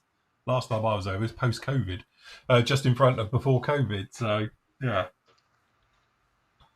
Got a James Brown in my head now. That's a weird way of doing it. Look at that, look. Oh, you slot the... Yeah, the floor drops in the bottom like that. Hope the wings fit over it. I was going to say, would you do that somewhat as a soft fit so you could play with the distance of the wings to push them out? I'd glue one side only. I think I might do, to be honest. Yeah, I'd glue one side only, and that way you could spread it if needed. I'd be more happy to put that in there. Yeah. And slot it up. Yeah. I don't think there's any way. I don't know, actually. There might be. I don't know. But honestly, I only glue one side of it to one side of the fuselage. That way you could spread it slightly if you got a big seam. And didn't somebody say there's a bit of a fit issue with the ring roots? I told you so. So that could be the problem. If that's too narrow, it's pulling it too close together. Which is, to be honest, the only slight thing that's down with the Armour Hobbies one. It's a smidge too thin, so you need to spread it out a little bit. I'll tell you what, there's super fine panel lines on that. Anyway. I've got to build the rest of it up before I even get that far. Shoo! It's got rudder pedals and everything. Oh, I need a drink. Okay, so Greg's saying about he's got the Tamiya's dark iron. That's not the same as the buffable ones. The buffable ones are actually, you can buff them and they will change. You know, to be honest, it's if I just grab the camera a minute, mate. Yeah, you can have it, mate. It's all yours. So I don't know how, hopefully you can see it in here, but we've done it down here on the foot pedals. So you just give it a light rub over, then you keep bashing at it until Show them a jar, Phil. Show them the jar. Here's the jar. It said jar. This is the one you want. 214. And it's a buffable. Remember to shake it or stir it really well because the pigment is really thick in the bottom. So you don't want the stuff that looks like paint off the top. It's got to be thoroughly, thoroughly mixed. And what was the other two you recommended? You want stainless steel. Hold on. I can reach it. Hold on. I use longer arms here. So you want, hold on. There's me colours. Hold on. So where's my stainless steel? I've moved it somewhere. So you've got your stainless, which is 213. Sorry, there you go. You are there. Yeah. Got a shiny label, for God's sake. That doesn't help. And you want your aluminum. Which, what have I done with it? Here it is. So I was using it earlier. 218, which is 218. Yeah. and it So does say aluminum on it. Aluminum. Yeah. I can say I can't spell it. Yeah. Aluminium. Yeah, aluminium-y. Yeah, it's aluminium-y Aluminium-y. colour. It's not quite, Yeah. but yeah. But yeah, the thing is, they all look quite similar, all these on here, but as I say, the stainless steel has a blue hue to it, because they do a steel and they do a stainless steel. Yeah, they do. So, Is it titanium as well? yeah, they do a the goldy titanium, fleck. the goldy one, yeah. Yeah. They do different labels. I don't know what labels we got at the moment, Matt. Is it this one or the other one? Because that's the same one, but for some reason I've got them in different labels. I have no idea why. Yeah, it's the one on the left. Right. Is that what we got, is it, these days? I think it is, yes, because they're the old label. I think that's yeah. the new label. Yeah, the one you've got, because they have changed the. Yeah, same paint, different label. Yeah, I know it causes a bit of confusion, but yeah, and I must admit, I love this stuff. Use it all the time. Jeremy's just said this live is much easier to watch as opposed to the 10 a.m. show, which is 2 a.m. here in San Diego. Well, yeah. Hey, look! Don't forget we're on again on Saturday at 10 a.m. At 10 a.m. Just for you, Jeremy. You can join us on the evening show. Yes. And a Nathan super hard quiz. Yes, definitely. Shall I see if this works? If I go full screen a sec, where are we, Thor? So it might be a bit wet here. I'm tempting fate, but what we're going to do is just going to give this a very light, and then hopefully it will begin to pop. Do you actually get a decal for that? Yeah. So you could drill. You could drill it and do it. And fing it from behind, you know. Yeah. But it's very soft. The face is on here, but it's very soft. Yeah, I don't think this one's actually brilliant as a. But you can see, if you buff it too much, it goes a bit too silvery. I'm going to do what you've done, paint it black and dry brush it. You're never going to see it in this cockpit, so. No. You know. But again, you could pop over with some poster pens and pick out some switches and stuff, but you say you're never going to see it anyway. So it is definitely one of those weird ones. Poster pens, Amazon affiliate link below. Yeah, we still need to do that. So again, we've got these down in here. These are drying as well now. So we're just with the same brush, never loaded it up. We're just going to go over it, and it'll make all the buckles shine. And then by the time we put a dry brush over it. Just a question. Yes. Do you not anneal your photo etch before? Yeah. Me and annealing don't get on because it normally melts. Last time I tried it, it just vanished. Oh right, okay. Because I think my blowtorch was a bit too much for it. Well, I just use a cigarette lighter, but yeah, probably. I see. It's for me now, you know, because I'm not a massive fan of photo etch. Yeah. But actually, annealing it has made my life a lot easier. It probably would do mine as well. But you know, every time I've tried to anneal, it's vanished. I've literally incinerated it and it's vaporized. Well, you know, like I say, if you're using a massive blowtorch, it's a bit much. Yes. Yeah. So I think it's one of them. I know because we've been harping on about 3D printing, haven't we? And like, is that the death nail in photo etch? Yeah. And it kind of is and isn't. Yeah. But I still think there's certain things in photo etch that can't be done in 3D printing either, to be honest. Yeah, well, as you say, 3D printing is really good because it goes very, very thin. But as you say, it can only go so thin. Yeah. You know, that's the thing.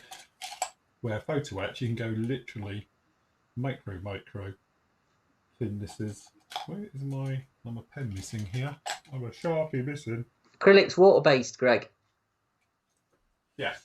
Acrylic is water-based product, and then obviously lacquers is lacquers and enamels is enamels. Nigel might know this. Nigel, do Academy own the mauve molds, like for their P40? Because I think, like you just said, it was the only kit they produced, didn't it? The P40 before they got leveled by that earthquake. Yeah. Can you brush paint Mr. Hobby Metallics? Yes. Well, you can, but only if you're buffing it. Yeah. Does he mean the buffables or just metallics? I don't know. Sorry, I'm getting confused there. All his question was, can you brush Mr. Hobby Metallics? Well, I would say technically no. because they're a lacquer based and they just like if you dry brushing like Phil's doing with the buffables, that's fine. Yeah. But I wouldn't like the SM range, super Mhm. metallics. I don't think you can brush them. I've never tried, but I can't see how it'd work. Mm. I don't know. Oh right, so Nigel, good man. Because their P40 that's coming out then is obviously this kit, isn't it? The Mauve kit. Because there is one either it's been out or it's due to be released. Just metallic chrome silver 211. So it's a buffable one. As in brush painting what? Small bits, big bits, a full aircraft. Because it's the gift that keeps giving, as Phil found out when he did his P51, in it, Phil. Yeah. So yeah, it does. It literally will just keep going and going and going. And you can't pick it up. Yeah, ever. And you can't touch it ever again. Ever. Because you'll just get covered. Yeah. Yeah. Oh, Edard also reboxed it. Is that the Mauve kit? That. Do you know something? I'm surprised Edard's not done a P40 yet. Their own. Yeah. Of course, it's our scale mates. There you go. Our dictionary corner. Yes. Good to have you back, Nigel. Yes, because they're trying to get through the single-engined thingies, aren't you? And how many variants there was of a P40, and where they were used, why hadn't they done one? You'd have done that instead of a Wildcat or a... What else they done that's a bit niche? A Zero. Yeah.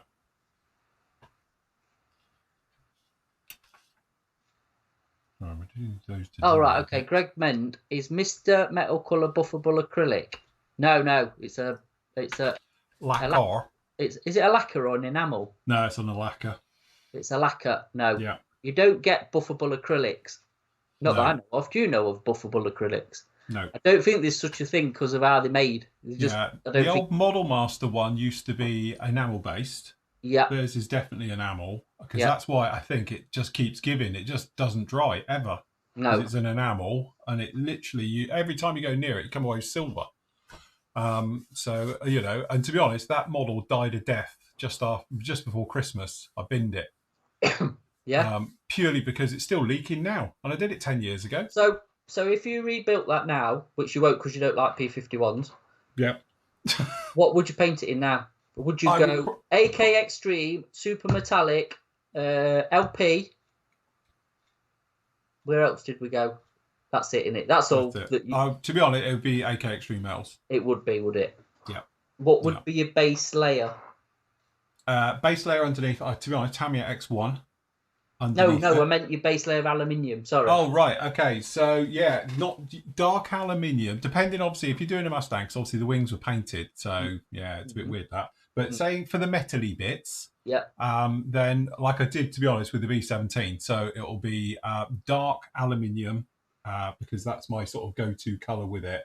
And then, again, you've got for various colours for heaty areas around the engine, you'll go with stainless steel because that's really nice. But dark aluminium, stainless steel, because these are the colours that are all to hand here. They've also got another one called, where is it? It's called dark something or other. Where's Duraluminium? Duraluminium. I've got that. I have them all here. Where's there's one here. It's called dark metal or something. Where is it? That's metallics. That's titanium. Brass. I've got them all here somewhere. Is it burnt metal's a good one? There's one. Exhaust. That should run out. Black base. Don't like their black base. White aluminium is like a mirror. Yeah, I don't know where it is actually. Probably it's down the back of them. But yeah, these are my sort of go-to two ones that I really like. Dark aluminium used for aluminium because they are really bright. And my only gripe with these is from aluminium right the way through, they all look pretty much identical. They are very, very straight. But you can see the blue in this as it is. It's very, very blue. And it's great for anything heated. So exhaust stuff like that. But yeah, dark aluminium. They do another one that's called dark metal or something. I don't remember what it is now. I'm a bit annoyed. I can't see it. But yes, that is a very nice colour. Oh, we're done with that one. That's it now. He's just going to go for this paint. Now. Yeah, but I'll say I've got about 4 bottles of dark aluminium in here. But yeah, no, that's the ones to go for. And as I say, a couple of shades, and you'll be good to go with it. But yes, Cool. good colours. It is good colours. Yeah. And the great thing about them is that you don't need a degree to spray them. They just work.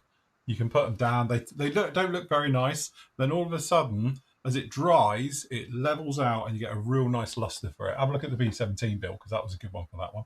Thing is as well, though, with them, you've got to leave them to dry properly.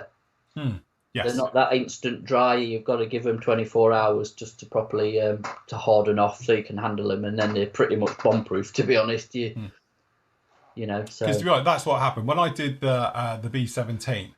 I had loads of people telling me that I'm wrong and you can't mask it because when you take off the tape, it peels it off, so forth and so on, all the way through. And I was getting bombarded of emails from this. I can't even find it now. Where's my B17? It's here somewhere. Was it that far back? There it is. So this is this build. You can go off and have a look and it will go through it on here. But where are we?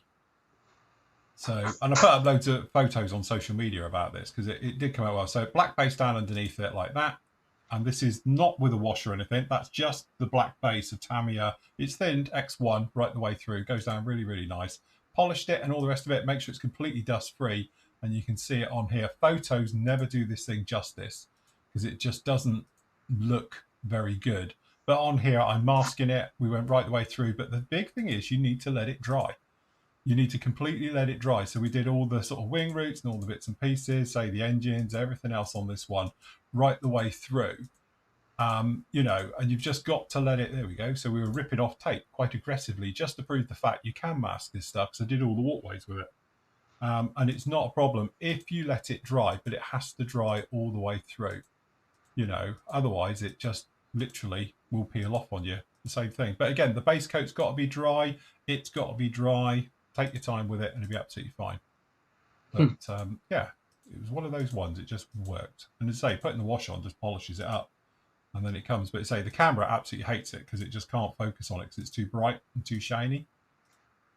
But yeah, no, I think we've got, there's a bit, there you go, here's the end ones. But yeah, no, she turned out really, really well. And to be honest, she's hanging up there now. And when you catch it in the different lights, you know, as I'm looking at it from below, I've got really reflective over the cowl flaps and stuff, but the rest of it looks really, really dead. Yet on the photo, it looks really, really shiny all the way through. But it's not actually that shiny. It's just metally. But it's one of those ones, cameras can never take a photo. You need to see it because as you move, it changes and you get all the different hues and colours comes out and looks the part. So yes, I was very happy with that build. It came along very nicely. Did. Yeah, it looks the part. Cool as. Just a quick question before we wrap up. Yes. Any recommendations for colour paints for RAF roundels? Yes, Attacker. They do the things. They do the proper. Yeah, they do the proper colours. So if you can get Attacker, I don't know where you are in the world, but they do them.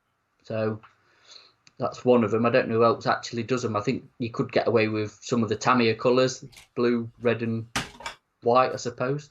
Yeah, yeah, because the royal blue isn't that far out. No. So, which is what, X3, and then you just say X7 and whatever white. So don't forget, because you can tint the red and the blue. Yeah, and once they're on there, by the time you weather them and the bits and pieces, isn't it? I'm about to say that, or just put the colours down and then weather them in. Oils or wherever you want, you know, whatever you want to use on them. Pencils. The weathering pencils are good for that as well, for aging decals. They're brilliant for that, actually, because I used them on the B25. I used them to colour over, used the decal as a stencil and then coloured them in, and some of it was with pencils, watercolour, and they look brilliant. To be honest with you, I am probably going to do it with this as well. Yeah. Is to go over them, because they look like decals. Yeah, yeah. Do you know what I mean? Yeah. Once they're weathered in, and I think them weathering pencils, the AK weathering pencils, are perfect for stuff like that. You want the proper painted on look. So, definitely. Real. So I've got a bit done on me P40. Right. So happy days. I've got the wheels together, the drop tank together. Obviously, rectified my mistake with the cockpit. I'll let them dry, and the seat is on its backing and the floor. I'm going to put the pedals and the control sticks and stuff, whatever's in there. Yeah. And then we can move through. So yeah, coming together all right. I say it's not a very complicated kit, so no, that's it. Well, it's like this thing. To be honest, I think to be honest, it's just time. I need to dry brush obviously the through panel again, blend that, and then obviously these I can't start bending these around until they're totally dry. So, but I will get the harnesses on. Probably do that tomorrow off camera, and then we can get it together on Saturday and all the rest of it. And then next week we can get it into paint and stuff like that. But I'm going to do this particular build, this one with the Hurricane, as a live build with you guys only. So that's where you see it. So obviously the Tuesday and Thursday shows, or any Saturday shows we do, I'll be doing it all with this one. So if you want to follow through with these ones, then we can do. That would be great. Yep, I'm same with you. I think I'll carry on with this on Saturday because I want to kind of get the build pushed so we can get some exciting bits of painting and weathering. Yeah. And then, like I say, on Tuesday when we're back on, then I'll be back onto a bit of armour, I think, and just rotate. Yes, definitely. Oh, good. Cool, very good. Right, up with you tomorrow. Obviously, we've got the catch-up show from what's gone on this week, and obviously for members, you will take my life me out every time we pick it up. You'll get up. Obviously, the next part of this guy will be up with you, and then there'll be another part. So I've literally just finished editing it as well, which gets you roughly to here, which will be up with you on Monday as well. So we've got both of those coming up, and then of course we are back with you live 10 a.m. on Saturday morning for the coronation special. We are. So that's it. So we'll be on till midday. Crowns and everything. That's it. So the fly past isn't until 2, weather permitting. So that's it. So we're not on in the afternoon because we're doing the morning, and we'll be back on with the evening as well. The evening will be a bit more laid back because that's just going to be a fun thing. Nathan's doing a special quiz, God help us, especially if he's using chat GBT, PQ plus thing. Whatever, yeah. So, yeah. And so we will see how that one goes as well. So if you want to join us for that one, again, you can do. Don't forget, a like would be absolutely lovely as well, because 44 of you have liked us already. So that's very nice as well. So if you'd like to give us a like, a shout of appreciation, that's great. If you want to become a patron of us or join Flory Models as a whole, you can do it as well. Obviously, links are on the actual florymodels.org site. So if you pop into there, you can see in that. Just click on subscription, I think it's called. And you can see about how doing that one as well. Obviously, all usual stuff is available at the PM store. It is. Sorry, I've just got to get some in here because Phil actually posted some up on his Instagram. I did. Do you know what? It was a bit of a mistake as well. Oh. Because I'm not very good at Instagram, and it's the first time I posted anything up there, and it then asked for the music, and I was like, what music? So I grabbed a bit of music, and it turned out it put it into my story or whatever it's called. I've never done one of them before. Yes, did you do that? Yeah, and I didn't know, because normally I put up a photo and it just does it in the normal one, but this went into a story, and then I had to do another one for the photo. So fair enough. Yes, that's it. I'm on Instagram. That's it now. Official Flory Models on Instagram. Yes. But anyway, if you do want to go, tag us in your photos, Official Flory Models on Instagram, and we can have a look at your great work on Saturday as well. We'll have a look around on the old social media. Yeah. See what's going on as well. Good. Sounds good. Yes. Good job. Right, we will leave it right there, everybody. Thank you very much for joining us this afternoon. And so we'll be back with you on Saturday. If not, we'll catch up with you next week. So have a lovely weekend, especially in the UK, because we get another holiday weekend. Jesus, 3 holiday weekends in 1 month. Post will be going to pop. Oh. I've just lost my sound. Sorry, I just completely lost my sound then. Oh, you're still on. It's fine. Right, okay then, guys. We will leave it right there. Thank you very much for joining us. We'll see you all again very soon. Take care. Bye. Say goodbye, Matt. Bye. Goodbye, Matt.